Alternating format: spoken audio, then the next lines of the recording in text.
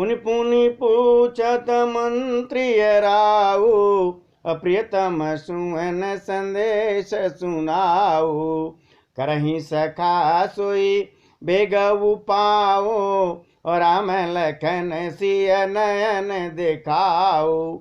राजा दशरथ बार बार मंत्री सुमंत्र से पूछते हैं, मेरे प्रियतम पुत्रों का संदेश सुनाओ।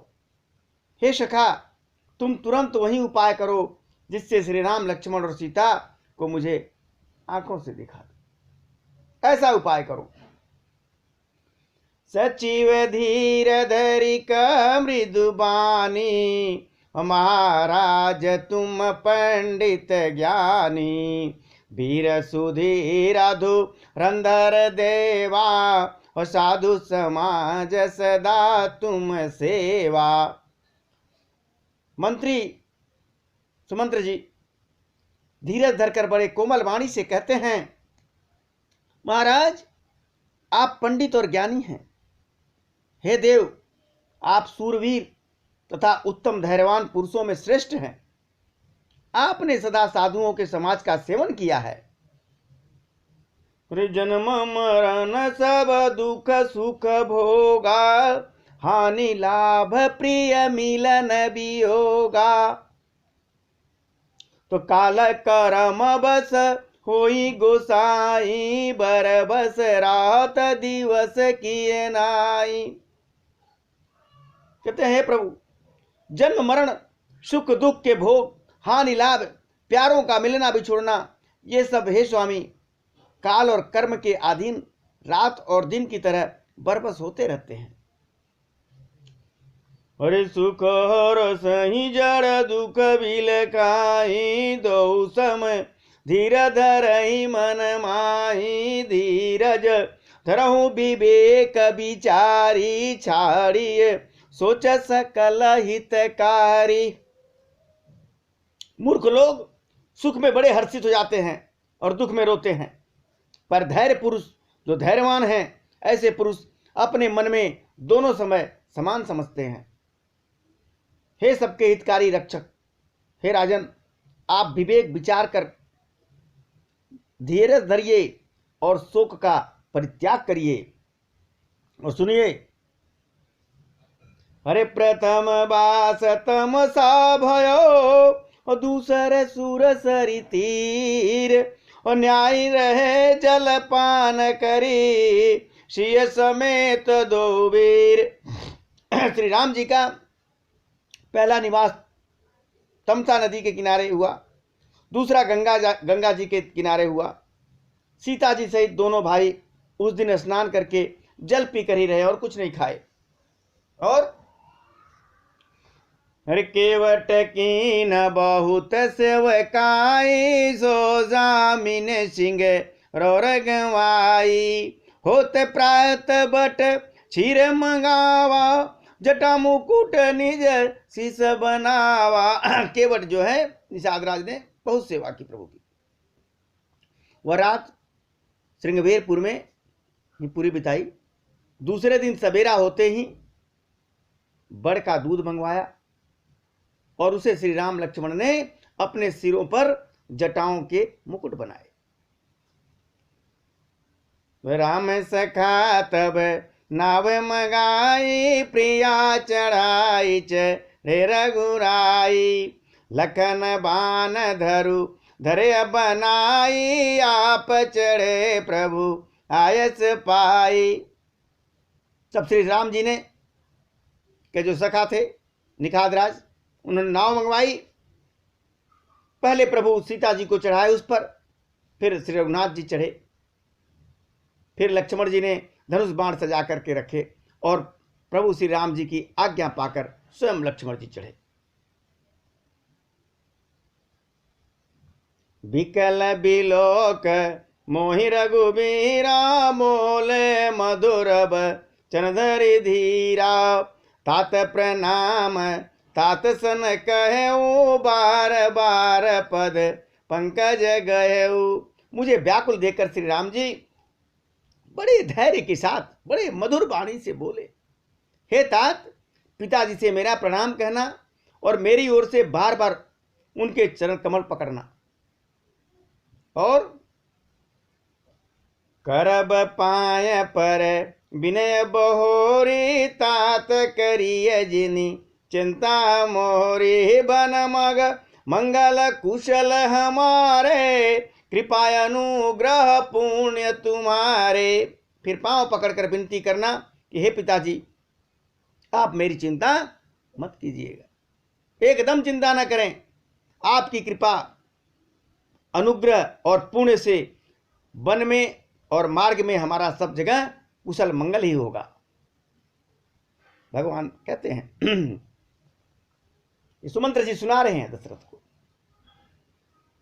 तुम्हारे अनुग्रह तात कानन जात, सब सुख पाई हो। प्रतिपाल आयस कुशल, देखन पाय पुन फिर आई हो। जननी सकल पर तोष, परि परि पाय कर बिनती गनी। तुलसी रेहु सोई जतन, जेहि कुशली रही कौशल धनी। भगवान कहते हैं, हे पिताजी, आपके अनुग्रह से मैं वन में जाते हुए सब प्रकार का सुख पाऊंगा। आज्ञा का भली भांति पालन करके चरणों का दर्शन करने कुशल पूर्वक फिर लौट कर आऊंगा। सब माताओं के पैर पड़कर उनका समाधान करके और उनसे बहुत विनती करके तुलसीदास जी कहते हैं कि तुम वही प्रयत्न करना जिससे कौशलपति पिताजी कुशल रहें। अरे गुरु सन कहब संदेश, बार बार पद पदुम गही।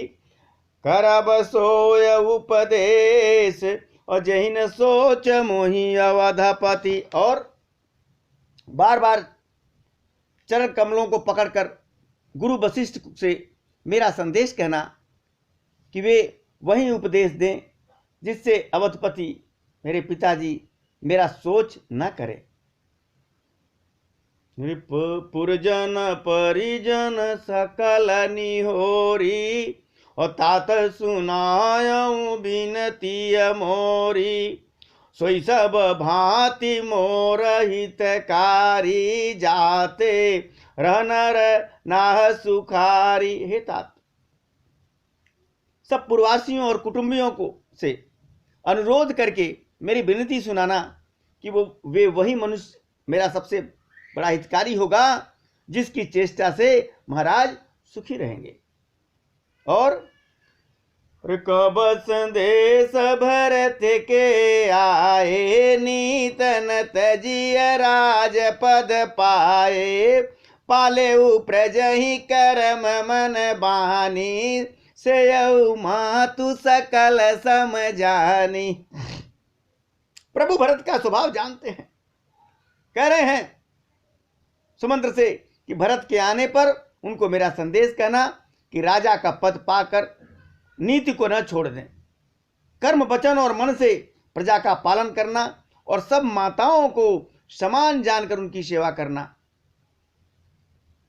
तीनों माताओं को समान, ऐसा नहीं कह के इसे तुम नाराज रहो। इसलिए प्रभु ने कहा। और अरे और निभाए उभायप भाई, कर पितु मात सुजन सेवकाई। तात भांति तेहि राखब राऊ, सोच मोर जेहि करई न खाऊ। और हे भाई, पिता माता और स्वजनों की सेवा करके भाई पने को अंत तक निभाना। हे तात, राजा को उसी प्रकार रखना जिससे कि वे कभी किसी तरह से मेरा सोच न करें। और लखन कहे कछु बचन कठोरा, बरजी राम पुनि मोहिनी होरा। बार बार निज शपथ देवाई, कवन तात लखन लरिकाई। लक्ष्मण जी ने कुछ कठोर वचन कहे थे, किंतु श्री राम जी ने उन्हें मना किया। फिर मुझसे अनुरोध किया और बार बार अपनी सौगंध दिलाई और कहा, हे तात, लक्ष्मण का ये लड़कपन वाली बात वहां मत कहना। हरि कही प्रणाम कछु कहन लिय, सिय भई शिथिल सने, थकित बचन लोचन सजल, पुलक पल्लवित देह। प्रणाम कर सीता जी भी कुछ कहने लगी थी, परंतु स्नेह बस वे शिथिल हो गई, गला रुध गया, नहीं कह पाई।